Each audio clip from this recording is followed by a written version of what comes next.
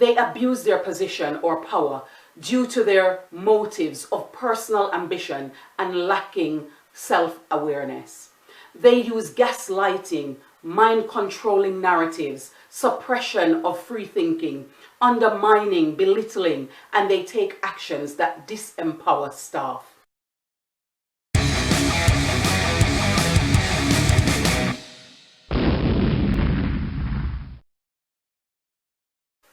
Do you work with a supervisor, a manager, or a leadership team that blames their staff regularly for failures?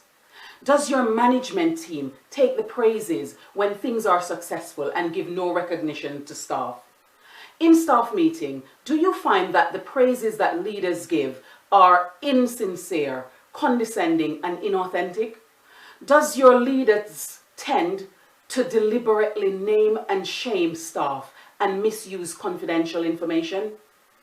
If your answer was yes to one or more of these questions, you may be working in a school or organization with a toxic leadership team.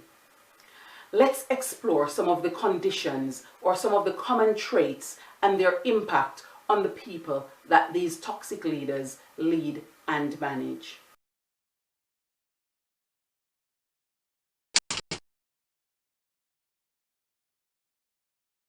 A toxic leader is someone who has responsibility for a team or a person and who abuses the relationship by leaving the team or individual in a worse condition than before they interacted. They abuse their position or power due to their motives of personal ambition and lacking self-awareness. They use gaslighting, mind-controlling narratives, suppression of free thinking, undermining, belittling, and they take actions that disempower staff. Toxic leaders lack emotional intelligence and neglect their duty of care to members of their team. They push off increasing levels of responsibility to staff, hence intensifying workplace stress through unhealthy working conditions, high workload, and lack of appreciation for their staff's involvement and contribution.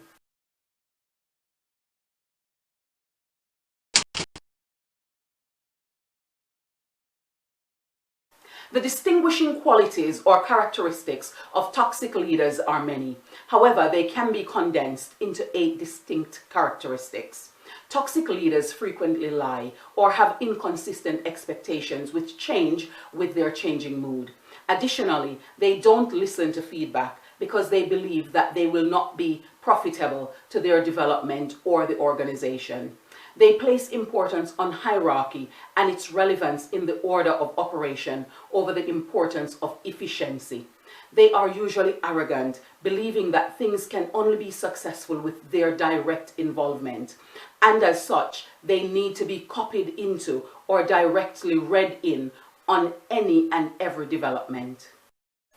Toxic leaders discriminate against staff, and this may be based on their feelings of loyalty and staff dependency on them, or to destabilize cohesion among colleagues.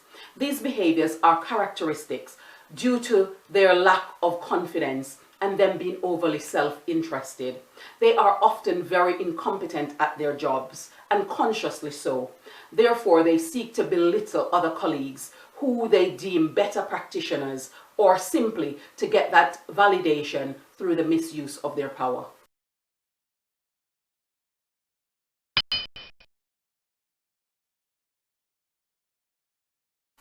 Toxic leaders create an unhealthy working environment in which staff are predisposed to achieve negative outcomes. Some of these include workplace deviance, where staff goes against purposeless instructions and directions and find alternative ways to achieve success. Staff are likely to have low levels of job satisfaction because they are frequently placed in a position to complete redundant or unproductive activities with their valuable time. This also contributes to lowering staff self-esteem because staff start to view themselves as less capable or having low value and very little ability to change their situation in that working environment. Staff are also likely to experience high levels of psychological stress.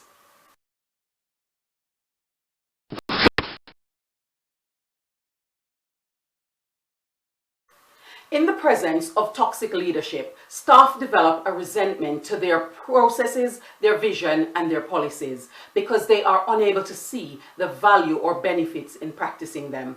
Staff sometimes become agreeable when given directions or instructions and complete tasks in ways that they consider to be more meaningful and beneficial. Staff may become self-defeating, make negative assumptions and comparisons, develop disempowering beliefs about difficult managers, and ruminate negatively on encounters.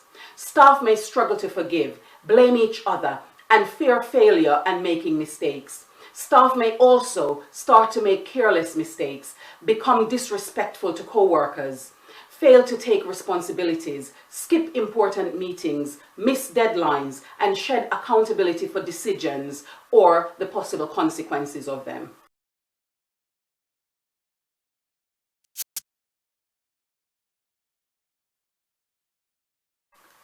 Low or reduced productivity result when toxic leaders are unable to effectively motivate and develop staff to reach their peak performances. This is also due to toxic managers assigning a great number of people to complete the same set of responsibilities, and this causes confusion as to what the roles, vision, and outcomes are. Furthermore, it could be a result of the long line of communication within the hierarchy. This gives rise to delayed or unclear communication, reaching the staff expected to fulfill the duties. Finally, productivity could be reduced because staff find a lack of meaning in the tasks and activities they are required to perform, becomes disengaged, and feels that their time could be better utilized.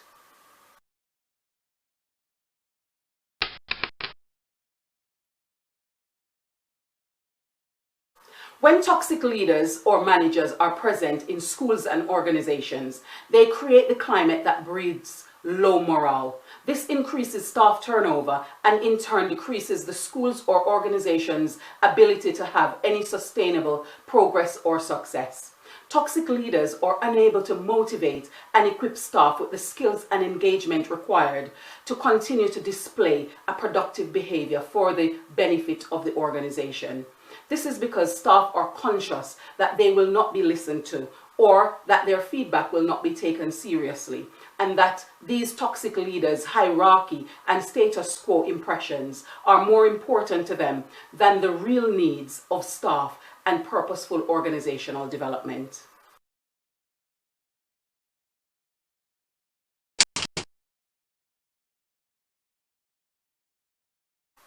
A toxic school leader both organizes and manages resource poorly. These leaders distribute responsibilities without looking at strengths and capabilities of individuals.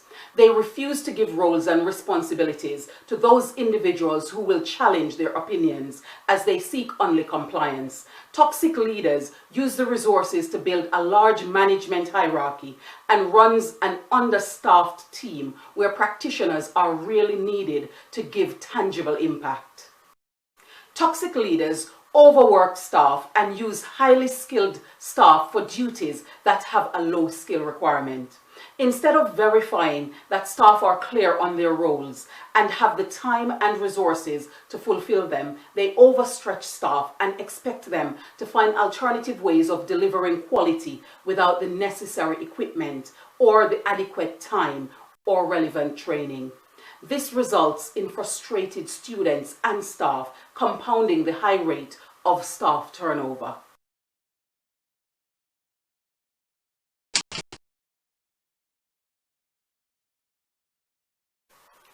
Toxic leaders' impact can be overcome by self-insulation and protection, working collaboratively as colleagues, discussing experiences with others to avoid being isolated. Another important strategy is to invest in personal development as best as possible. Notwithstanding, with so many toxic leaderships in education, exacerbated by the rise in academies and chartered schools, there is only so much that you can do.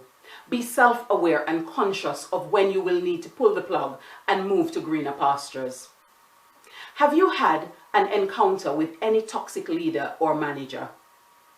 How did you deal with the experience?